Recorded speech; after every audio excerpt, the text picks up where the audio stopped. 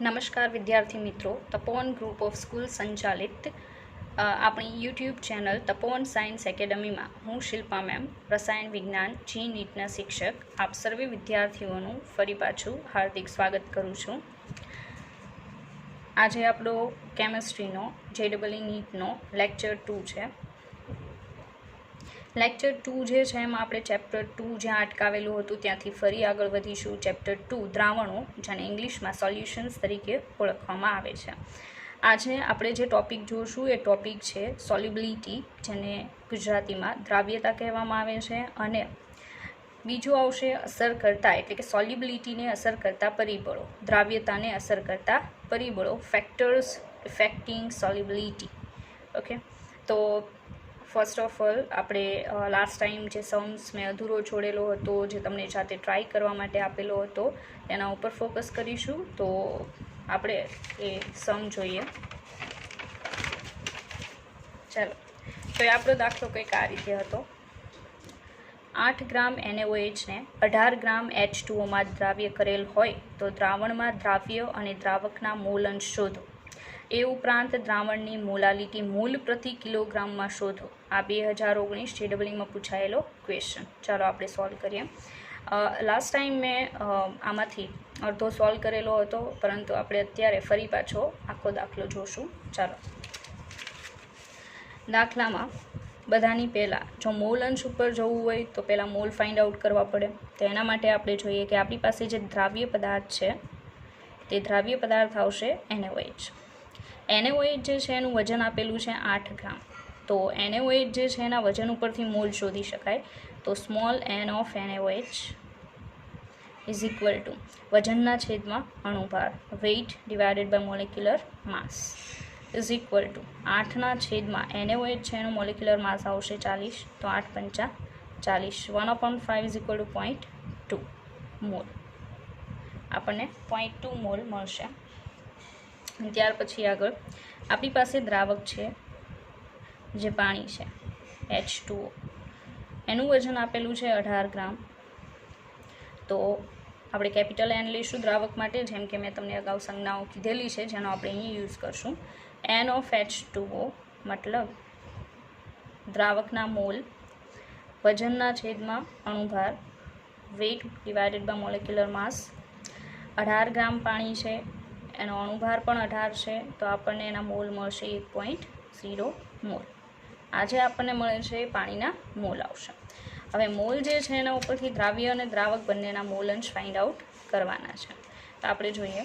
ચાલો, મોલ અંશ છે એનું સૂત્ર, મોલ અંશ, દ્રાવણમાંના મોલ અંશ શોધવાના છે. તો મોલ અંશ એનો સિમ્બોલ છે X, દ્રાવણમાં સિમ્બોલ X આવશે, જ્યારે વાયુમય અવસ્થામાં સિમ્બોલ આવશે Y. મોલ અંશ X, દ્રાવ્ય જે છે એના મોલ અંશ ફાઇન્ડ આઉટ કરીએ તો X ઓફ NaOH. સૂત્ર આપણી પાસે આવશે દ્રાવ્યના મોલ અંશ છેદમાં દ્રાવ્યના મોલ અંશ પ્લસ દ્રાવકના મોલ અંશ બંનેનો સરવાળો. ચાલો, દ્રાવ્યના મોલ અંશ દ્રાવ્યના મોલ આપણી પાસે છે 0.2, છેદમાં આવશે 0.2 plus 1.0 is equal to 0.2 divided by 1.2. અને આપણી પાસે જે મોલ અંશ આવશે, બરાબર, એ મોલ અંશ તમને મેં કીધું હતું એ પ્રમાણે તમારે જાતે ફાઇન્ડ આઉટ કરવાના હતા. તો તમે ટ્રાય કરી હશે. 0.2 ડિવાઇડેડ બાય 1.2. ચાલો આપણે કરીએ.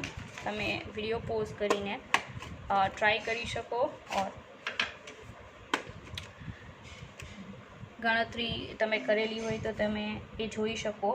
0.2 divided by 1.2 is equal to answer આવશે 0.1666 સમથિંગ મોલ અંશ આવશે. એમ પણ વિદ્યાર્થી મિત્રો, મોલ અંશ જે છે એનો સરવાળો 1 થાય, એટલે દ્રાવ્યના મોલ અંશ આપણી પાસે છે 0.1666 ઓર 0.167 લખી શકો. ચાલો, ત્યાર પછી દ્રાવકના મોલ અંશ. તો મોલ અંશ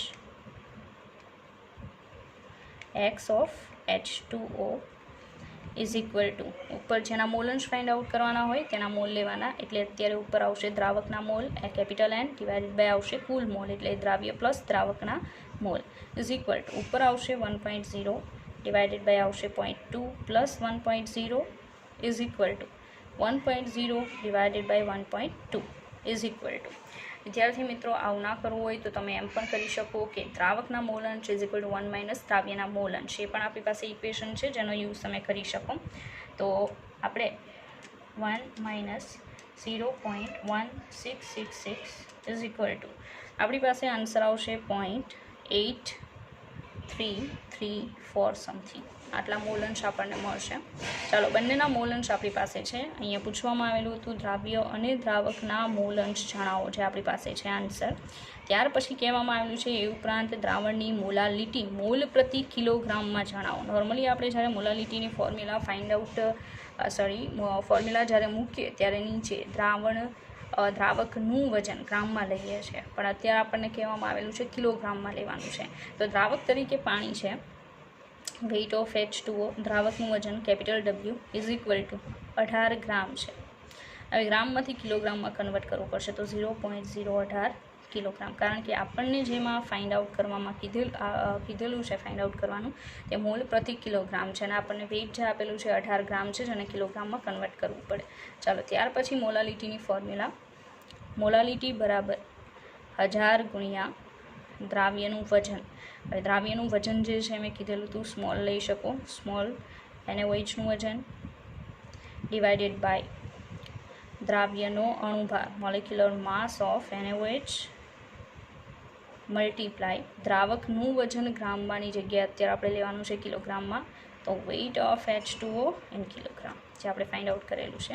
આપણે કિંમતો મૂકીએ. 1000 ગુણ્યા દ્રાવ્યનું વજન જે 8 ગ્રામ આપેલું છે, અણુભાર દ્રાવ્યનો 40 ગ્રામ, અને જે દ્રાવકનું વજન છે કિલોગ્રામમાં એ 0.018 આવશે. ઇઝ ઇક્વલ ટુ તમે વિડીયો પોઝ કરીને ટ્રાય કરી શકો, અથવા તો લાસ્ટ ટાઈમ મેં તમને જે પ્રમાણે કીધું હતું તમે ગણતરી કરી હોય તો ટેલી કરી શકો આન્સર શું આવશે. અને આનો આન્સર આવશે 11.11 મોલર. આનો આન્સર છે.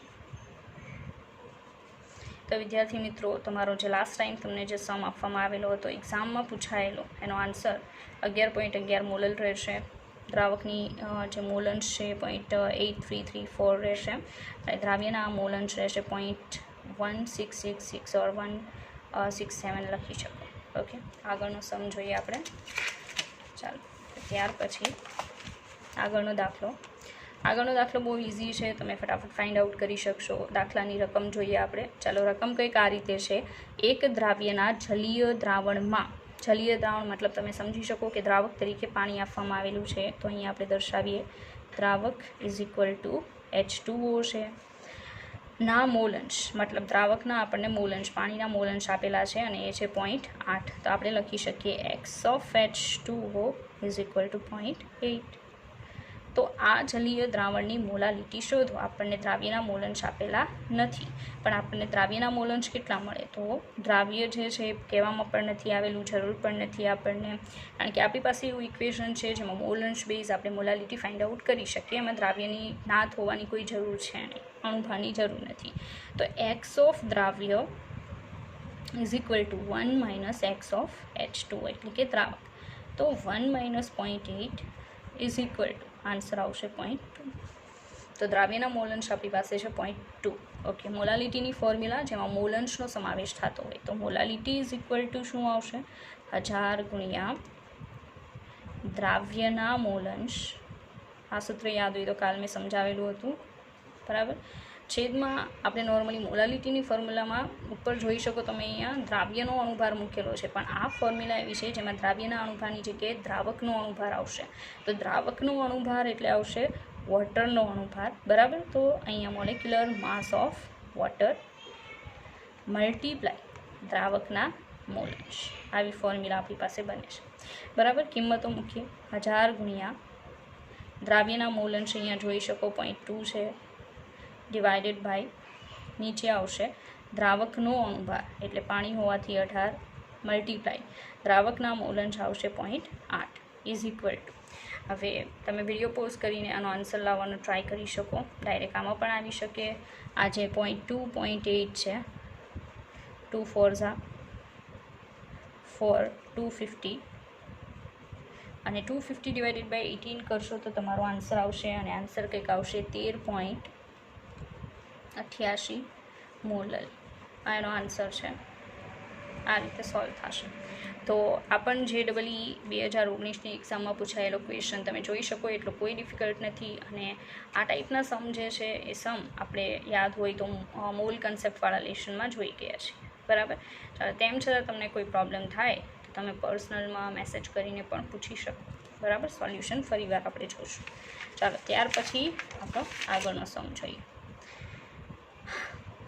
ચાલો, આ જે સમ છે હેનરીના નિયમ બેઝ છે, જે ટોપિક હજી આપણે ચલાવવાનો બાકી છે, તો આપણે એ ટોપિક જોઈએ, ત્યાર પછી આપણે એને સોલ્વ કરીશું. ચાલો, તો આપણે જોવાની છે દ્રાવ્યતા, બરાબર. ચાલો, દ્રાવ્યતા જોઈએ. નોર્મલી ગુજરાત બોર્ડમાં ચરીવાલા સરે તમને દ્રાવ્યતા વિશે ઘણું બધું એક્સપ્લેન કરેલું હશે. અહીંયા આપણે ફરી પાછું સમજીએ.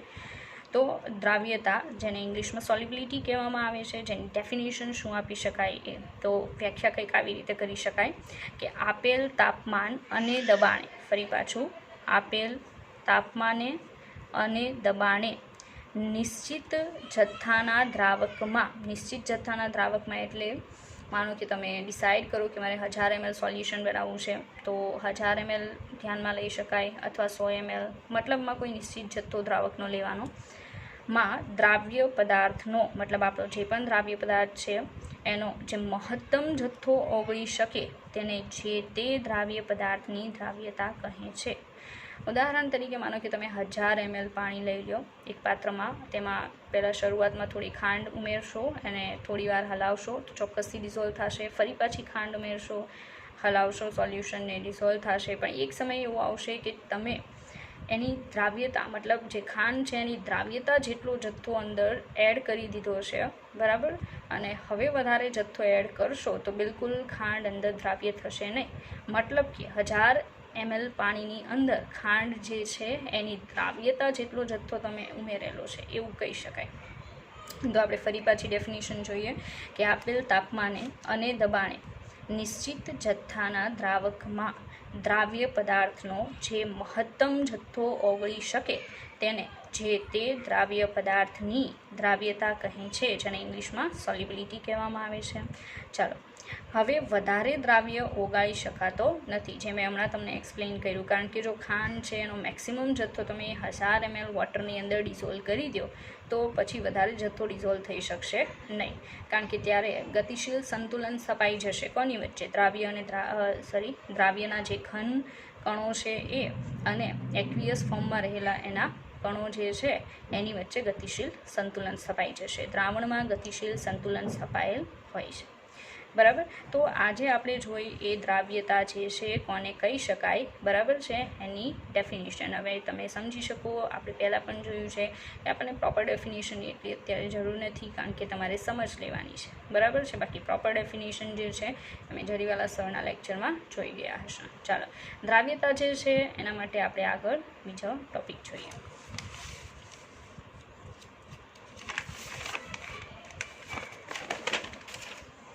ચાલો, હવે નોર્મલી શું હોઈ શકે, પ્રોપર ધ્યાન આપવું. ઘનની પ્રવાહીમાં દ્રાવ્યતા. નોર્મલી તમે સમજી શકો કે તમે સોલ્યુશન બનાવો છો તો એમાં દ્રાવક જે છે એ દ્રાવક પ્રવાહી છે, તો એમાં ઘન પદાર્થ ઉમેરી શકાય, મતલબ દ્રાવ્ય પદાર્થ ઘન પદાર્થ લઈ શકાય. બીજા નંબરનું છે દ્રાવ્ય પદાર્થ વાયુ પદાર્થ લઈ શકાય, બરાબર છે. તો આપણે બે વસ્તુ ઉપર ફોકસ કરીશું. એક છે ઘનની પ્રવાહીમાં દ્રાવ્યતા અને બીજા નંબરનું છે વાયુની પ્રવાહીમાં દ્રાવ્યતા, બરાબર. ચાલો જોઈએ. એમાં આપણે જોવાનું છે દ્રાવ્યતાને અસર કરતા પરિબળો, મતલબ કોઈ પણ પદાર્થ ઘન હોય કે વાયુ એને તમે દ્રાવકમાં એટલે કે પ્રવાહીમાં ડિઝોલ્વ કરો છો તો કયા કયા ફેક્ટર્સ જે છે એના પર કઈ રીતે ઇફેક્ટ કરશે, આપણે અત્યારે એ જોઈએ છે. એના બેઝ પર થિયોરિટિકલ ક્વેશ્ચન તમને પૂછાઈ શકે, બરાબર. ચાલો, દ્રાવ્યતાને અસર કરતા પરિબળો. એમાં ફર્સ્ટ જે આપણે જોઈશું વિદ્યાર્થી મિત્રો એ આવશે ઘનની પ્રવાહીમાં દ્રાવ્યતાને અસર કરતું ફેક્ટર. ઘનની પ્રવાહીમાં દ્રાવ્યતાને અસર કરતું ફેક્ટર. એમાં ફર્સ્ટ આપણે જોઈએ તાપમાનની અસર. મતલબ તમારે ખાલી આ જે ઘનની પ્રવાહીમાં દ્રાવ્યતા છે એના માટે જ આ તાપમાનની અસર અત્યારે ધ્યાનમાં લેવાની છે. વાયુ માટે આપણે પછીથી જોશું. તો તાપમાનની અસર કઈ રીતે થશે ઘનની પ્રવાહીમાં દ્રાવ્યતા ઉપર તે આપણે જોઈએ છે. ચાલો ધ્યાન આપો. દ્રાવ્યતા જેટલો જથ્થો ઓગાળેલ હોય દ્રાવ્યતા જથ્થો મતલબ નિશ્ચિત જથ્થાના દ્રાવકમાં જે મેક્સિમમ દ્રાવ્ય પદાર્થનો જથ્થો આપણે જે ડિઝોલ્વ કરેલો છે એટલો જથ્થો આપણે ઓગાળેલો હોય ત્યારે દ્રાવણમાં દ્રાવ્ય અને દ્રાવકની સાંદ્રતા વચ્ચે ગતિશીલ સંતુલન સ્થપાયેલ હોય છે. તો કન્ડિશન કેવી છે કે દ્રાવ્ય અને દ્રાવકની સાંદ્રતા વચ્ચે ગતિશીલ સંતુલન સ્થપાયેલ હોય છે. આથી લ શેટેલિયરના સિદ્ધાંત મુજબ તાપમાનના ફેરફારની અસર થાય છે. વિદ્યાર્થી મિત્રો, અહીંયા દ્રાવ્ય અને દ્રાવકની સાંદ્રતા એની વચ્ચે ગતિશીલ સંતુલન સ્થપાયેલું હોય છે. એની જગ્યાએ અહીંયા આપણે લેશું દ્રાવણની સાંદ્રતા. ફરી પાછું દ્રાવ્યતા જેટલો જથ્થો ઓગાળેલ હોય ત્યારે દ્રાવણમાં દ્રાવ્ય અને દ્રાવક બંનેનું દ્રાવણની સાંદ્રતા સાથે ગતિશીલ સંતુલન સ્થપાયેલ હોય છે. તમે જોઈ શકો દ્રાવ્ય પ્લસ દ્રાવક એ ગતિશીલ સંતુલનમાં છે દ્રાવણ સાથે. ફરી પાછું કહી દઉં, અહીંયા લખાણમાં થોડી મિસ્ટેક છે જે હું તમને કહું છું. ત્યારે દ્રાવણમાં દ્રાવ્ય અને દ્રાવક જે છે તેની દ્રાવણની સાંદ્રતા સાથે ગતિશીલ સંતુલન સ્થપાયેલ હોય છે. આથી લ શેટેલિયરના સિદ્ધાંત મુજબ તાપમાનના ફેરફારની અસર થાય છે. તો દ્રાવ્ય પ્લસ દ્રાવક, રિવર્સિબલનો સિમ્બોલ, દ્રાવણ પ્લસ અહીંયા આપણે ફર્સ્ટ રિએક્શનમાં ઉષ્મા બતાવેલી છે. હવે તમે સમજી શકો કે હું જે પણ સોલ્યુશન મતલબ ઘન પદાર્થને દ્રાવકની અંદર ડિઝોલ્વ કરીને જે પણ દ્રાવણ બનાવવાની વાત કરું છું એની પ્રક્રિયા જે છે એ કેવી હશે તો ઉષ્માક્ષેપક હશે. ઉષ્માક્ષેપક પ્રક્રિયામાં ઉષ્મા એ નિપજ બનશે. આપણે સંતુલનવાળા લેશનમાં નોર્મલી જોઈએ છે. એટલે કે delta H solution less than 0 મતલબ ઉષ્મા ઉત્પન્ન થાય છે, પ્રણાલી ઉષ્મા ગુમાવે છે. તો delta H solution, delta H દ્રાવણો જે છે એનું મૂલ્ય કેવું મળશે તો નેગેટિવ પ્રાઇસ મળશે. બરાબર. હવે આવા સમયે કે જ્યારે ગતિશીલ સંતુલનમાં જોવા મળે છે દ્રાવ્ય, દ્રાવક અને દ્રાવણ, તો એ પ્રક્રિયા જો ઉષ્માક્ષેપક હોય અને તમે તાપમાન વધારો છો, હવે તાપમાન વધારો છો તો સીધી વાત છે કે તમે ઉષ્મા વધારો છો. બરાબર. ઉષ્મા વધારો છો મતલબ તમે નિપજ વધારો છો. હવે બધાને ખબર છે, આપણે સંતુલનવાળા લેશનમાં જોઈને આવ્યા કે સંતુલન પ્રસ્થાપિત થયા પછી તમે કોઈ પણ ફેક્ટરમાં ફેરફાર કરશો તો લ શેટેલિયરના સિદ્ધાંત પ્રમાણે પ્રણાલી તેને ઘટાડવાનો અથવા તો નાબૂદ કરવાનો પ્રયાસ કરશે. તો અહીંયા તમે ઉષ્મા વધારી મતલબ નિપજ વધારે છે. હવે નિપજ વધારી છે તો પ્રણાલી નિપજને ઘટાડવાનો પ્રયત્ન કરશે. બરાબર. તો લ શેટેલિયરના સિદ્ધાંત મુજબ રિએક્શન જે છે કઈ ડાયરેક્શનમાં જશે તો તમે સમજી શકો થોડા સમય માટે વીઆર ગ્રેટર ધેન થઈ જશે વીએફ. મતલબ લ શેટેલિયરના સિદ્ધાંત મુજબ શોર્ટ ટાઈમ માટે પ્રતિગામી પ્રક્રિયાનો વેગ વધશે પુરોગામી પ્રક્રિયા કરતાં. આગળ જોઈએ એટલે કે તમે એમ કહી શકો દ્રાવ્ય પદાર્થની દ્રાવ્યતા શું થશે? ઘટશે. કારણ કે દ્રાવણમાંથી ફરી પાછું શું બનવા મળશે? દ્રાવ્ય અને દ્રાવક છૂટા પડવા મળશે. દ્રાવ્ય છે દ્રાવકમાં ડિઝોલ્વ થઈ જાય તો દ્રાવણ બને. અત્યારે કન્ડિશન એવી છે કે દ્રાવણમાંથી દ્રાવ્ય પદાર્થ જે છે એ અને દ્રાવક છૂટા પડે છે. મતલબ દ્રાવ્ય પદાર્થ અંદર જે ડિઝોલ્વ થયેલો હતો એની દ્રાવ્યતા ઘટે છે. બરાબર. આગળ સમજીએ આ ટોપિકમાં. ચાલો, જો દ્રાવ્ય પ્લસ દ્રાવક પ્લસ ઉષ્મા લખવામાં આવે. પ્લસ ઉષ્મા એટલે તમે સમજી શકો કે આપણી જે પ્રોસેસ છે, બરાબર, એ જે પ્રોસેસ છે એ ઉષ્મા શોષક પ્રક્રિયા હશે. બરાબર. તો જ આપણે ઉષ્મા જે છે એ પ્રક્રિયકમાં દર્શાવી શકીએ. તો દ્રાવ્ય પ્લસ દ્રાવક પ્લસ ઉષ્મા, રિવર્સિબલનો સિમ્બોલ અહીંયા આવશે દ્રાવણ. બરાબર. હવે આ જે પ્રોસેસ છે એમાં delta H solution greater than 0 એટલે કે આપણને જે દ્રાવણ છે એમાં એન્થાલ્પીનો જે ફેરફાર છે, ઉષ્માનો ફેરફાર છે એ કેવો મળશે? પોઝિટિવ. મતલબ પ્રણાલી ઉષ્મા મેળવે છે પછી કાર્ય થાય છે એટલે પોઝિટિવ પ્રાઇસ રહેશે. બરાબર. હવે આવી રિએક્શન મતલબ આવું સોલ્યુશન જ્યારે પણ બને છે અને તમે તાપમાન વધારો છો, ઘન પદાર્થને દ્રાવકમાં ડિઝોલ્વ કરવાથી આવું સોલ્યુશન બને, તમે તાપમાન વધારો તો નિપજ જે છે એ નિપજ શું થશે? ઘટે છે. સીધી વાત છે. કારણ કે ઉષ્મા જે છે અત્યારે પ્રક્રિયક છે. તમે તાપમાન વધારો છો મતલબ કોને વધાર્યું કહેવાય? પ્રક્રિયક વધારો છો. બરાબર. પ્રક્રિયક વધે છે, બરાબર, તો સાપેક્ષમાં નિપજ ઘટી એટલે અહીંયા દર્શાવેલું છે નીપજ ઘટે છે, બરાબર. આથી લશટેલિયનના સિદ્ધાંત મુજબ થોડા સમય માટે તમે સમજી શકો કે પ્રક્રિયક વધે તો પ્રણાલી લશટેલિયનના સિદ્ધાંત પ્રમાણે એને ઘટાડવાનો પ્રયત્ન કરશે, એટલે રિએક્શન જે છે ફોરવર્ડમાં વધી જશે. તો શોર્ટ ટાઈમ માટે થઈ જશે VF ગ્રેટર દેન VR, બરાબર. તો દ્રાવ્ય પદાર્થ દ્રાવકમાં વધુ દ્રાવ્ય થઈ અને દ્રાવણ બનાવે. સીધી વાત છે, તમે જે ઘન પદાર્થ ઉમેરેલો છે દ્રાવ્ય પદાર્થ એ વધારે ડિઝોલ્વ થઈને વધારે શું બનવા મળશે? દ્રાવણ. તો દ્રાવ્ય પદાર્થની દ્રાવ્યતામાં શું થઈ જશે? વધારો. તો આવા સમયે લશટેલિયનના સિદ્ધાંત મુજબ થોડા સમય માટે VF ગ્રેટર ધેન VR થાય અને દ્રાવ્ય પદાર્થ દ્રાવકમાં વધુ દ્રાવ્ય થઈ દ્રાવણ બનાવે છે. તો આ જે આપણે અત્યારે જોઈએ છે તાપમાનની અસર એ ફક્ત અને ફક્ત આપણે ઘનની પ્રવાહીમાં દ્રાવ્યતા માટે જોઈએ છે, એમાં વાયુની પ્રવાહીમાં દ્રાવ્યતા માટે જોવાનું નથી, બરાબર. ચાલો આગળ જોઈએ. આગળ ફેક્ટર નંબર 2 જોશું, બરાબર. બીજા નંબરનું ફેક્ટર આવશે દબાણની અસર. તમે જોઈ શકો અહીંયા મેં દર્શાવેલું છે દબાણની અસર. હવે દબાણની અસર માટે મેં બંને અલગ અલગ લીધેલા છે. એમાં ફર્સ્ટ જે લીધેલું છે ઘનની પ્રવાહીમાં દ્રાવ્યતા પર દબાણની અસર, મતલબ કોઈ ઘન પદાર્થ છે એને તમે પ્રવાહી દ્રાવકમાં દ્રાવ્ય કરો છો, બરાબર, ત્યારે દબાણ કઈ રીતે અસર કરશે આપણે એ જોવાનું છે. ચાલો જોઈએ. ઘન પદાર્થ અદબનીયતાનો ગુણધર્મ દર્શાવતો હોવાથી, હવે નોર્મલી તમે સમજી શકો કે અદબનીયતા મતલબ તમે પ્રેશર લગાવો છો તો એ દબાઈ જાય છે કે નહીં. તો તમે સમજી શકો કે કોઈ ઘન પદાર્થ છે એના ઉપર પ્રેશર લગાવશો તો એ ઝડપથી દબાઈ જશે નહીં. જેમ કે વાયુ પદાર્થ હોય એના પર દબાણ લગાવશો તો એના અણુઓ ઝડપથી નજીક આવશે. પ્રવાહીમાં દબાણ લગાવશો તો વાયુની સાપેક્ષમાં ઓછા પરંતુ ઘનની સાપેક્ષમાં વધારે અણુઓ નજીક આવશે. જ્યારે ઘન પદાર્થમાં પ્રેશર લગાવવાથી અણુઓ છે એ ઝડપથી નજીક આવતા નથી.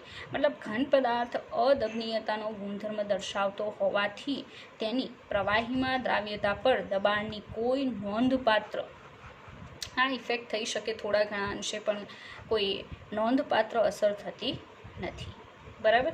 તો ઘનની પ્રવાહીમાં દ્રાવ્યતા પર દબાણની કોઈ નોંધપાત્ર અસર જોવા મળશે નહીં, જેનું મુખ્ય કારણ છે કે અદબનીયતાનો ગુણધર્મ દર્શાવે છે. ચાલો ત્યાર પછી આપણે જોવાનું છે વાયુની પ્રવાહીમાં દ્રાવ્યતા પર દબાણની અસર. ફરી પાછું વાયુની પ્રવાહીમાં દ્રાવ્યતા પર દબાણની અસર. ચાલો આપણે એના પર ધ્યાન કેન્દ્રિત કરીએ. તો કઈ રીતે?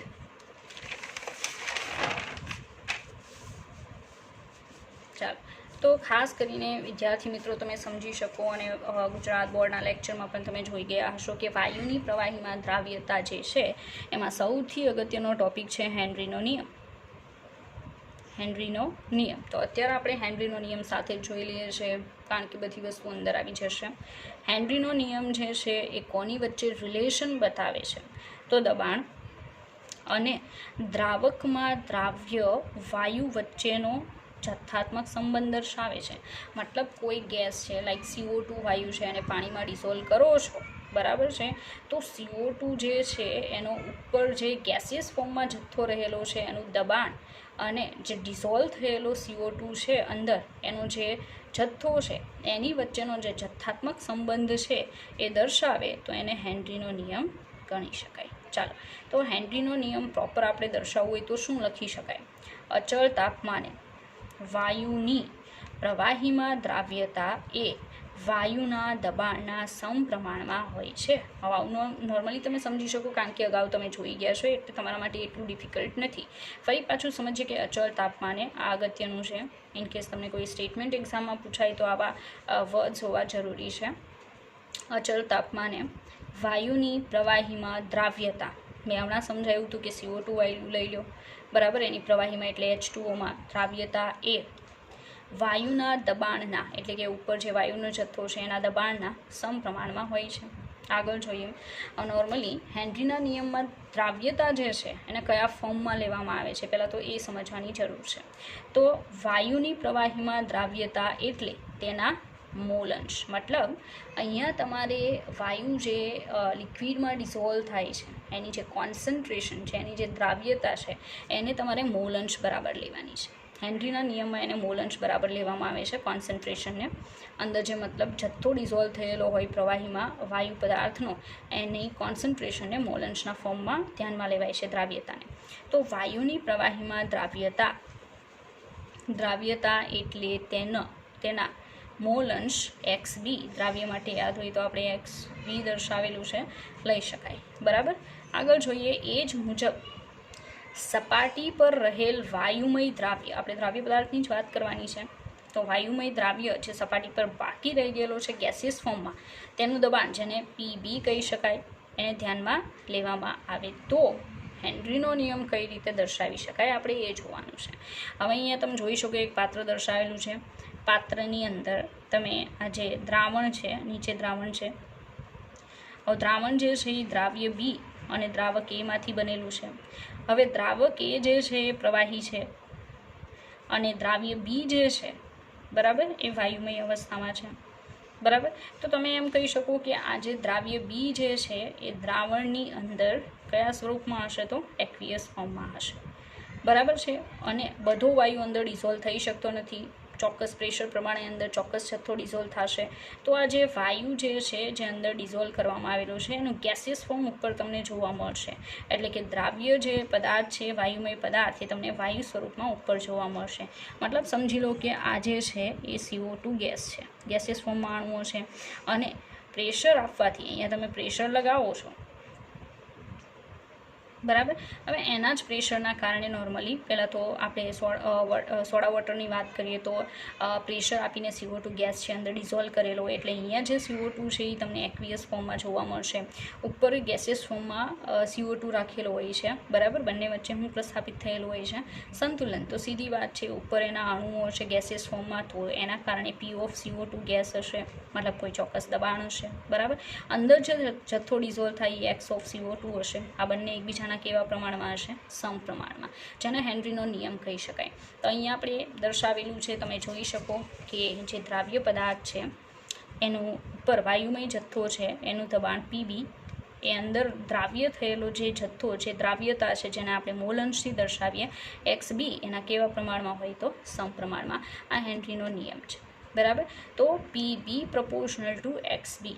હવે આ પ્રપોર્શનાલિટીનો સિમ્બોલ છે એને દૂર કરવો હોય તો આપણી પાસે ઓપ્શન છે, કોઈ અચળાંક મૂકો, જેમ કે PB = આવશે KH × XB, બરાબર. તો PB દ્રાવ્ય પદાર્થનું જે ઉપર રહેલો વાયુમય જથ્થો દ્રાવ્ય પદાર્થનું છે, ગેસનું, એનું દબાણ, બરાબર, એ તેના દ્રાવણમાં રહેલા જથ્થાના સમપ્રમાણમાં હોય. સમપ્રમાણતાનો સિમ્બોલ કાઢવા માટે આપણે એક અચળાંક મૂકેલું KH લખેલો છે.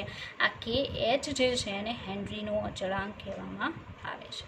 ત્યારથી આ યાદ રાખવું, હેનરીનો અચળાંક. આગળ જોઈએ,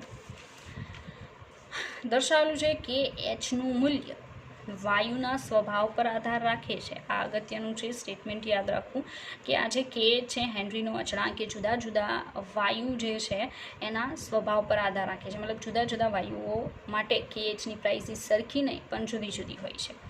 એક જ તાપમાને, મતલબ ટેમ્પરેચર તમે સેમ લઈ લો પણ જુદા જુદા વાયુઓ લેશો, મતલબ અલગ અલગ ગેસીસ લેશો, તો એના માટે KHના મૂલ્યો પણ તમને જુદા જુદા જોવા મળશે, બરાબર છે. આનું કોષ્ટક તમને ગુજરાત બોર્ડની બુકમાં નોર્મલી આપવામાં આવેલું છે, એમાં તમે સમજી શકો.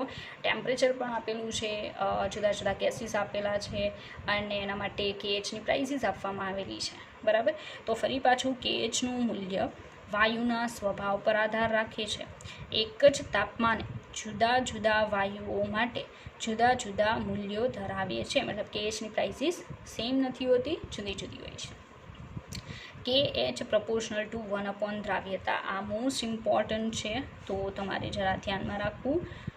IMP કહી શકાય, આના બેઝ MCQ પૂછાઈ શકે, બેઠું તો ના પૂછાય પણ આનો યુઝ કરવાનો આવી શકે કે KH proportional to 1 દ્રાવ્યતા, બરાબર. આગળ જોઈએ, ચાલો જુઓ.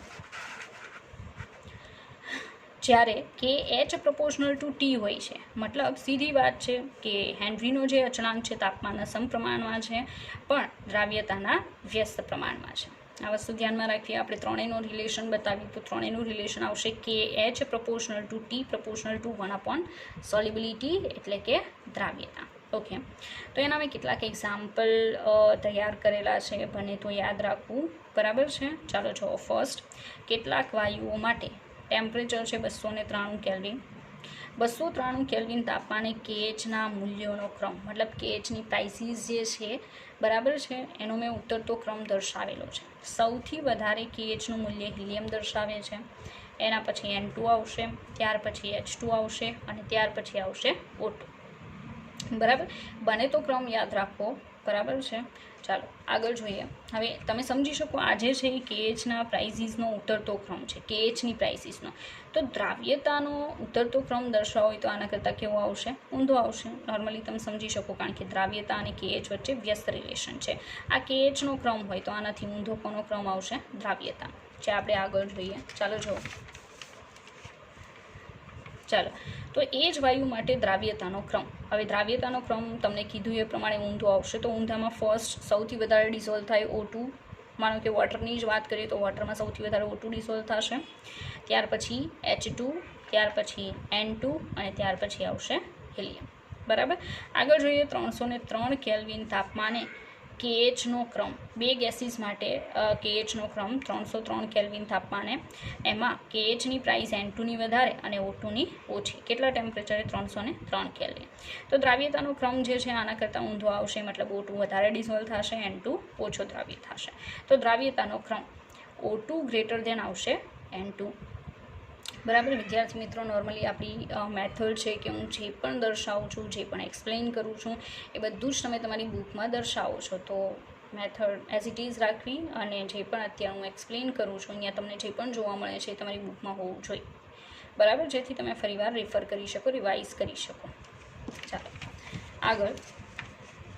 298 કેલ્વિન તાપમાને અનુક્રમે KH અને દ્રાવ્યતાનો ક્રમ. બરાબર, આગળ KH જે છે એનો ક્રમ કયો રહેશે? તો આર્ગોન જે છે, બરાબર, કેટલાક વાયુઓની સાપેક્ષમાં આર્ગોન જે છે એની KHની પ્રાઇસ સૌથી વધારે છે, એનાથી ઓછી પ્રાઇસ આવશે CO2ની. ત્યાર પછી આ જે છે વિનાઇલ એસિટેટ છે, એ વિનાઇલ એસિટેટ ગેસ જે છે એની પ્રાઇસ આવશે KHની 3જા નંબરે. ત્યાર પછી મિથેનની એના કરતાં ઓછી આવશે અને સૌથી ઓછી પ્રાઇસ જે છે આવશે ફોર્માલ્ડીહાઇડ.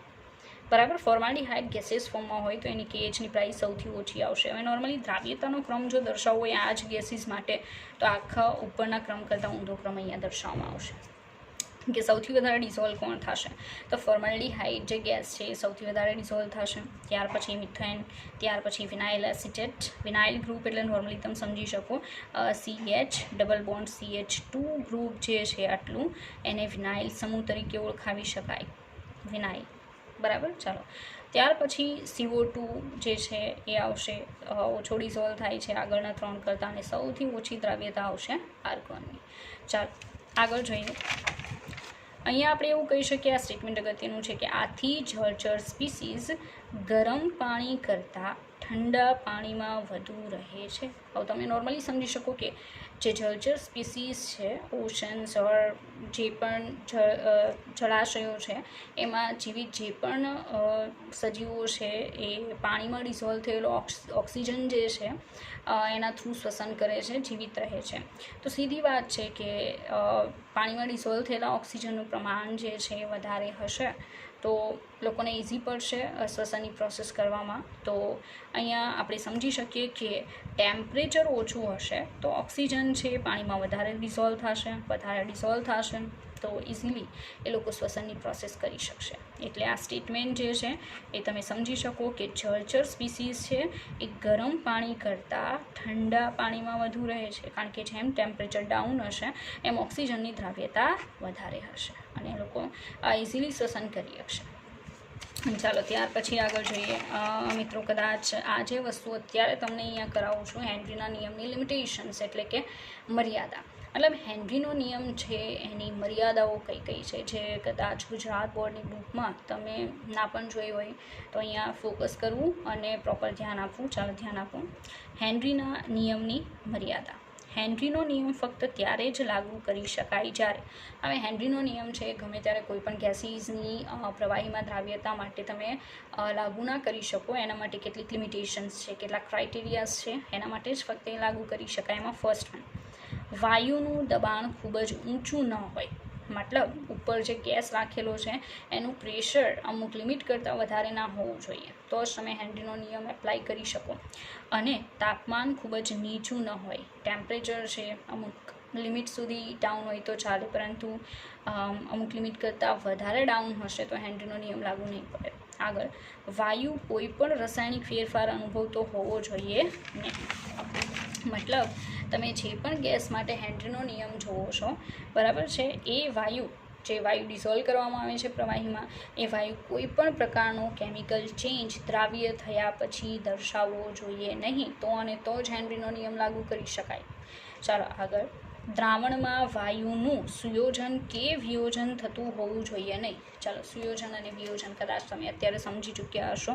સુયોજન થવું એટલે એક કરતાં વધારે વાયુના જે અણુઓ છે એ ભેગા થઈ ડાયમર ઓર ટ્રાઇમર કે એનાથી વધારે મોટો અણુ રચી શકે, બરાબર. એ કન્ડિશન થવી ન જોઈએ વાયુમય દ્રાવ્યને જ્યારે તમે પ્રવાહી દ્રાવકમાં ડિઝોલ્વ કરો ત્યારે.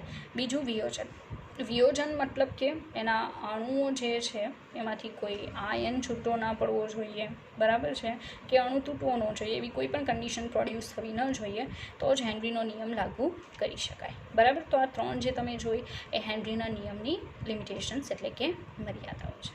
ચાલો, ત્યાર પછી આપણે આગળ જોઈએ હેનરીના નિયમના ઉપયોગો.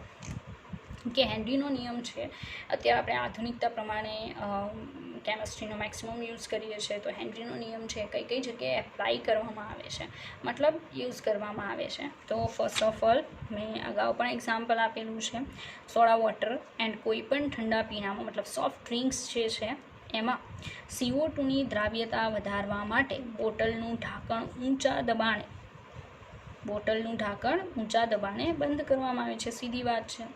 તમે જ્યારે પણ સોડા વોટર ઓર સોફ્ટ ડ્રિંક લાવો છો, બરાબર છે, તો આપણે ઘણીવાર કહેતા હોઈએ છીએ કે સ્ટ્રોંગ છે ઓર સ્ટ્રોંગ નથી. જો એ સ્ટ્રોંગ છે તો એમાં જે પણ CO2 વાયુ ડિઝોલ્વ કરેલો છે એ હાયર પ્રેશરે ડિઝોલ્વ કરેલો છે, બરાબર છે. અને જો તમે એકવાર સોફ્ટ ડ્રિંક ઓર જે પણ સોડા વોટર છે એનું ઢાંકણ ખોલશો એટલે જે પણ પ્રેશર આપીને ડિઝોલ્વ કરેલો CO2 છે એ ધીરે ધીરે દૂર થશે. તો સીધી વાત છે કે એની દ્રાવ્યતામાં ઘટાડો થશે, બરાબર. તો હેનરીનો નિયમ અહીંયા લાગુ કરેલો છે કારણ કે CO2 ગેસિયસ ફોર્મમાં છે, ડિઝોલ્વ કરવાનો છે, બરાબર. આગળ જોઈએ સેકન્ડ નંબરનું. ચાલો, સેકન્ડ જે છે આવશે સ્કૂબા ડાઈવર એટલે નોર્મલી આપણે એને દરિયાખેડુ તરીકે ઓળખીએ છીએ, મરજીવા. તો એ દરિયામાં ડૂબકી લગાવે ત્યારે રુધિરમાં વાતાવરણીય વાયુ વધુ દબાણના લીધે વધુ દ્રાવ્ય થાય છે.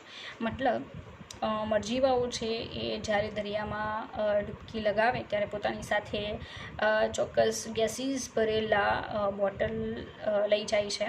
તો એની અંદર જે પણ વાતાવરણીય ગેસીસ ભરેલા છે એ ગેસીસ હવે દરિયામાં અંદર જાય મરજીવાઓ એટલે પાણીના કારણે પ્રેશર વધશે. જેમ જેમ ઊંડાઈએ જશે એમ પ્રેશર વધશે.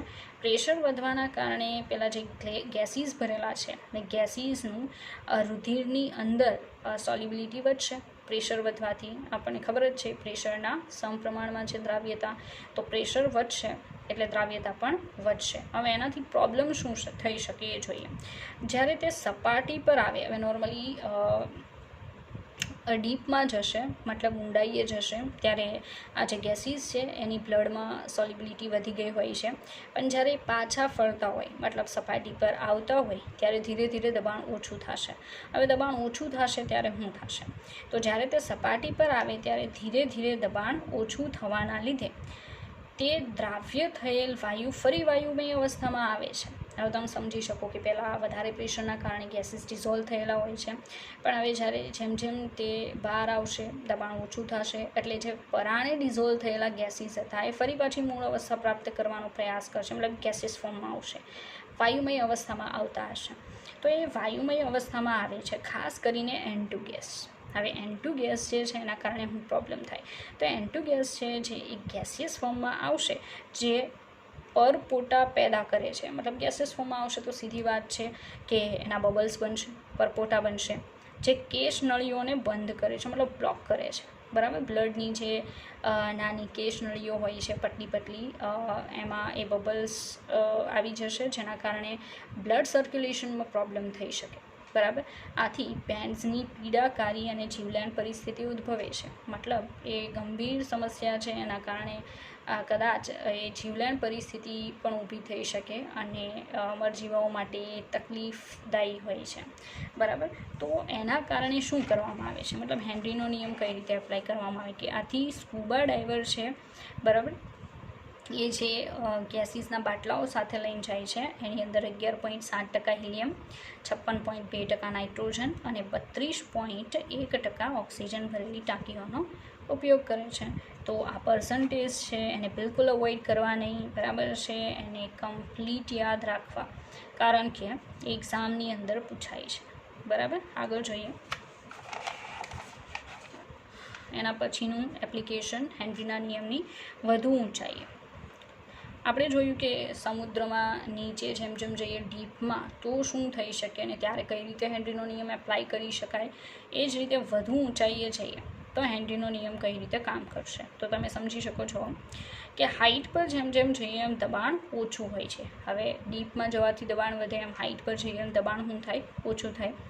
ભૂમિ સ્તરની સાપેક્ષમાં, મતલબ નોર્મલ જે સમુદ્રની સપાટી છે એના કરતાં હાઇટ પર જઈએ તો દબાણ ઓછું થાય છે. આથી લોકોના લોહીમાં O2નું પ્રમાણ ઓછું હોય છે. સીધી વાત છે, આપણે ઓક્સિજન શ્વાસમાં લઈએ છીએ, જે વાતાવરણના પ્રેશરના કારણે આપણા બ્લડની અંદર ડિઝોલ્વ થાય છે અને બ્લડ સર્ક્યુલેશન સાથે જુદા જુદા સેલ્સ સુધી પહોંચી અને શ્વસનની પ્રોસેસથી એનર્જી પ્રોડ્યુસ કરવાનું કામ કરે છે. આવું તમે સમજી શકો. તો અહીંયા તમે એવું સમજી શકો કે લોકોના લોહીમાં O2નું પ્રમાણ ઓછું હોય છે, કારણ કે જેમ જેમ હાઇટ પર જાઓ દબાણ ઘટે એમ વાતાવરણનું ઓક્સિજન જે શ્વાસમાં લઈએ છીએ એ લોહીમાં ડિઝોલ્વ થવાનું પણ ઓછું થઈ જશે. તો બ્લડમાં ઓક્સિજનનું ઓછું પ્રમાણ હોય છે. આથી પર્વતારોહકો નબળા બને છે. હવે નોર્મલી મેં તમને હમણાં પણ સમજાવ્યું કે ઓક્સિજન છે એનું કામ શું, તો સેલ્સ સુધી પહોંચે, પછી ત્યાં શ્વસનની પ્રોસેસ થાય અને એનાથી એનર્જી પ્રોડ્યુસ થાય. હવે વિચારો કે ઓક્સિજન જ ઓછો છે તો સેલ્સમાં ઓછો ઓક્સિજન પહોંચશે, ઓછી શ્વસનની પ્રોસેસ થશે અને ઓછી એનર્જી પ્રોડ્યુસ થશે. તો સીધી વાત છે કે પર્વતારોહકો હાઇટ પર જાય તેના બોડીમાં શ્વસનની પ્રોસેસ ઓછી થશે, એટલે એ નબળાઈ અનુભવી શકે અને સ્પષ્ટ રીતે વિચારી શકતા નથી. હવે આપણને ખબર છે કે તમે જ્યાં સુધી તમારી પાસે પ્રોપર એનર્જી નથી તો માઇન્ડ વિચારવાનું પણ ઓછું કરી દેશે. બસ. તો એ જ રીતે સ્પષ્ટ રીતે વિચારી શકતા નથી, જેને એનોક્સિયાની બીમારી કહેવામાં આવે છે. મતલબ આ જે પ્રોપર નથી વિચારી શકતા, એ જે કન્ડિશન પ્રોડ્યુસ થાય છે પર્વતારોહકો માટે, એને એનોક્સિયાની બીમારી કહેવામાં આવે છે. ઘણીવાર તમે એવી ઘટનાઓ ન્યૂઝપેપરમાં કોઈ જગ્યાએ વાંચતા હશો જેમાં તમને જોવા મળતું હશે કે પર્વતારોહકો છે, કોઈ અલગ થઈ ગયો હોય, એક પર્વતારોહક છે એની પાસે જે પણ ગેસના બોટલ છે પૂરા થઈ ગયા હોય, શ્વાસ લેવાની તકલીફ હોય, તો નોર્મલી એ ડાયરેક્શન પણ ડિસાઇડ નથી કરી શકતા અને કદાચ નીચે સુધી ના પણ પહોંચી શકે. બરાબર. તો આજે તમે કન્ડિશન જુઓ છો, મતલબ જે પણ તમને એક્સપ્લેન કરવામાં આવ્યું હેનરીના નિયમની એપ્લિકેશન છે. બરાબર. ચલો આગળ જોઈએ. ત્યાર પછી બીજું, ત્યાર પછી આવશે વાયુની પ્રવાહીમાં દ્રાવ્યતા પર તાપમાનની અસર. આગળ જે ટેમ્પરેચરની ઇફેક્ટ આપણે જોઈ હતી એ ઘનની પ્રવાહીમાં દ્રાવ્યતા માટે હતી. અત્યારે જે જોઈએ છે વાયુની પ્રવાહીમાં દ્રાવ્યતા પર તાપમાનની અસર, એ આપણે જોઈએ છે. ચાલો જુઓ. નોર્મલી તમે સમજી શકો કે વાયુ ગેસીસ ફોર્મમાં હોય છે, એને પ્રેશર આપી અને તમે ડિઝોલ્વ કરશો તો વાયુ જે છે એ એક્વિયસ બનશે. અને આ જે વાયુની પ્રવાહીમાં દ્રાવ્ય થવાની જે પ્રક્રિયા છે એ નોર્મલી ઉષ્માક્ષેપક હોય છે. આ વસ્તુ યાદ રાખવી, સ્ટેટમેન્ટ જે પણ છે બરાબર કામમાં આવશે. તો વાયુ જે છે એને તમે ડિઝોલ્વ કરો એટલે વાયુ એક્વિયસ બનવાની જે પ્રોસેસ છે એની ડિઝોલ્વ થવાની પ્રક્રિયા છે એ ઉષ્માક્ષેપક છે. વિલયનની પ્રક્રિયા કહી શકો. બરાબર છે. તો હવે આવા સમયે જ્યારે તમે ટેમ્પરેચર વધારો છો, એક ઉષ્માક્ષેપક પ્રક્રિયામાં ટેમ્પરેચર વધારો છો, તો સમજી શકાય એવી વાત છે કે ઉષ્માએ નિપજ હોવાથી તમારું તાપમાન વધારવાથી નિપજ વધે છે, કારણ કે ઉષ્મા એ નિપજમાં છે. તો તાપમાન એટલે ઉષ્મા થાય અને ઉષ્મા વધારો છો મતલબ નિપજ વધારો છો. સીધી વાત છે, રિવર્સિબલ પ્રોસેસ છે. તો લ શટલીના સિદ્ધાંત પ્રમાણે રિએક્શન છે એની ડાયરેક્શન કઈ બનશે, તો પ્રતિગામી. પ્રતિગામી દિશામાં નોર્મલી વેગ વધારે હશે એવું તમે સમજી શકો. તો તાપમાન વધારવાથી વાયુ એક્વિયસમાંથી ફરી પાછું બનવા માંડશે, વાયુ ગેસમાં રૂપાંતરણ થાય છે. અહીંયા તમે સમજી શકો, તમારી સામે જ છે આખું ઇક્વેશન કે ઉષ્મા વધે છે તાપમાન વધારવાથી, તો વાયુ એક્વિયસ જે છે એમાંથી ફરી પાછું વાયુ ગેસ બનવા માંડશે. મતલબ ડિસોલ્વ થયેલો જે વાયુ છે એ ફરી પાછો ગેસિયસ ફોર્મ પ્રાપ્ત કરવાની શરૂઆત કરી દેશે. આથી તાપમાન વધારતા વાયુની પ્રવાહીમાં દ્રાવ્યતા ઘટે છે. આ વસ્તુ ધ્યાનમાં રાખવી. ફરી પાછું, આથી તાપમાન વધારતા વાયુની પ્રવાહીમાં દ્રાવ્યતા ઘટે છે. બરાબર. ચાલો આગળ છેલ્લું ફેક્ટર છે વિદ્યાર્થી મિત્રો દ્રાવ્યતાને અસર કરતું લાસ્ટ ફેક્ટર. આ કોમન છે, નોર્મલી સમજી શકાય. ધ્રુવીય પદાર્થ ધ્રુવીય દ્રાવકમાં દ્રાવ્ય થાય. આવું મેં બહુ બધી વાર એક્સપ્લેન કરેલું છે તમને અગાઉ પણ, જે ફરીવાર સમજાવું છું કે ધ્રુવીય પદાર્થ જે છે એ ધ્રુવીય દ્રાવકમાં દ્રાવ્ય થાય, જ્યારે અધ્રુવીય પદાર્થ છે મતલબ દ્રાવ્ય પદાર્થ એ અધ્રુવીય દ્રાવકમાં દ્રાવ્ય થાય છે. બરાબર. તો અધ્રુવીય પદાર્થ છે એ અધ્રુવીય દ્રાવકમાં દ્રાવ્ય થાય છે. એક્ઝામ્પલ જોઈએ. ધ્રુવીય ઘન પદાર્થ ઓર લિક્વિડ પણ લઈ શકો, દ્રાવ્ય પદાર્થ લેવાનો છે. એમાં આલ્કોહોલની વાત કરીએ. બરાબર. તો આલ્કોહોલ જે છે એ ધ્રુવીય છે. કઈ રીતે? માનો કે હું મિથેન લઉં છું, CH3OH, તો તમે સમજી શકો આંશિક નેગેટિવ ચાર્જ, આંશિક પોઝિટિવ ચાર્જ. વિદ્યાર્થી મિત્રો ધ્રુવીયતા શું છે એનો ખ્યાલ હોવો જરૂરી છે. આપણે બહુ ઘણી બધી વાર સમજેલા છીએ. ધ્રુવીયતા એટલે વિદ્યુત ઋણતાના ડિફરન્સના કારણે બોન્ડ જે છે કોઈ એક તત્વના પરમાણુ તરફ વધારે ખસેલો રહેશે.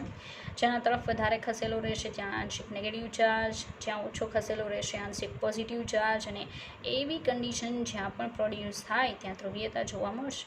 જેમ કે તમે અત્યારે જોઈ શકો, મેં મિથેનોલ લીધેલું છે, એમાં ધ્રુવીયતા જોવા મળે છે. હવે પાણી જે છે પાણી પણ ધ્રુવીય છે, આંશિક પોઝિટિવ ચાર્જ છે બંને હાઇડ્રોજન પર, ઓક્સિજન પર આંશિક નેગેટિવ ચાર્જ છે, તો બંને ધ્રુવીય છે. તો સીધી વાત છે આલ્કોહોલ વોટરમાં ડિસોલ્વ થશે, કારણ કે ધ્રુવીય હંમેશા ધ્રુવીયમાં દ્રાવ્ય થાય. બરાબર છે. તો ધ્રુવીય અને ધ્રુવીયમાં દ્રાવ્ય કરશો તો દ્રાવ્યતા વધે છે, પણ જો અધ્રુવીય અને ધ્રુવીયમાં દ્રાવ્ય કરશો તો દ્રાવ્યતા નહીં જોવા મળે. બરાબર. મતલબ દ્રાવ્યતા ઓછી હોય છે. અધ્રુવીય પદાર્થ છે, માનો કે હું બેન્ઝીન લઉં, C6H6, અહીંયા μ = 0 છે, ધ્રુવીયતા 0 છે. અધ્રુવીય દ્રાવકમાં દ્રાવ્ય થાય. અધ્રુવીય દ્રાવક માનો કે હું CCl4 લઈ લઉં, μ = 0 છે. ટોલ્યુઇન લઈ લઉં, C6H5CH3. બરાબર છે. તો અધ્રુવીય કમ્પાઉન્ડ છે આ પણ. બરાબર. Organic compound. તો અધ્રુવીય છે અધ્રુવીયમાં ડિસોલ્વ થશે, પણ અધ્રુવીય અને ધ્રુવીયમાં ડિસોલ્વ કરી શકાતો નથી. અહીંયા આપણે દર્શાવ્યું છે બેન્ઝીન અધ્રુવીય છે, જે ટોલ્યુઇનમાં દ્રાવ્ય થાય છે પણ પાણીમાં થશે નહીં. બરાબર છે. તો વિદ્યાર્થી મિત્રો અહીંયા તમે જોઈ શકો, આપણે દ્રાવ્યતા છે એને ઇફેક્ટ કરતા બહુ બધા ફેક્ટર્સ જોયા. બરાબર. જેમાં આપણે હેનરીનો નિયમ પણ એડ કરેલો છે, અને હવે પછી આપણે હેનરીના નિયમ બેઝ એક્ઝામમાં પૂછાયેલા સમ્સ પ્લસ બીજા અલગથી જે દાખલાઓ છે જોશું કે માટે P વર્સિસ જે મોલન્સ છે એનો ગ્રાફ જોશું, કઈ રીતે મળશે આપણને, ઢાળ શું મળશે, એના બેઝ ઇક્વેશન્સ MCQ પૂછાય છે એ પણ જોશું. બરાબર. જે આપણે નેક્સ્ટ લેક્ચરમાં જોશું, અને દરેક લેક્ચર છે એને ધ્યાનથી સમજવો. મેં કદાચ તમે જોઈ શકો એ રીતે એક જે સ્ટેટમેન્ટ છે એને એક કરતાં વધારે રિવાઇઝ કર્યું હશે, એક્સપ્લેન કરેલું હશે, તો એના ઉપર ધ્યાન આપવું. આપણે નેક્સ્ટ લેક્ચરમાં મળીએ. બાય વિદ્યાર્થી મિત્રો.